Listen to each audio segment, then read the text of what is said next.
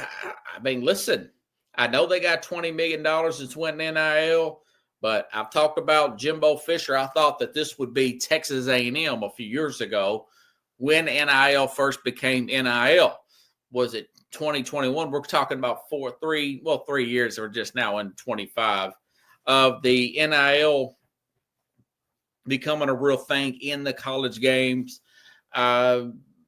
Really like the way he has managed those egos. I watched the rest of the game early this morning without knowing what happened, and saw a lot of the interviews there and post-game comments. And I'll tell you what, these players are to have that many good players on one team. A lot of times you have ego problems, you have lack of chemistry issues there.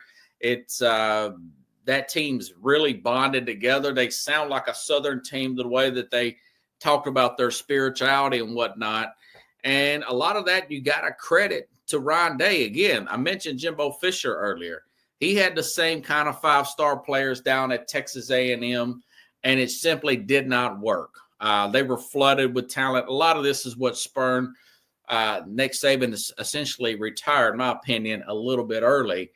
But Ryan Day kind of reminds me of a, I can't remember the guy's name now, former manager of the Yankees, a guy that's can really handle those egos and whatnot. Joe Torre, excuse me.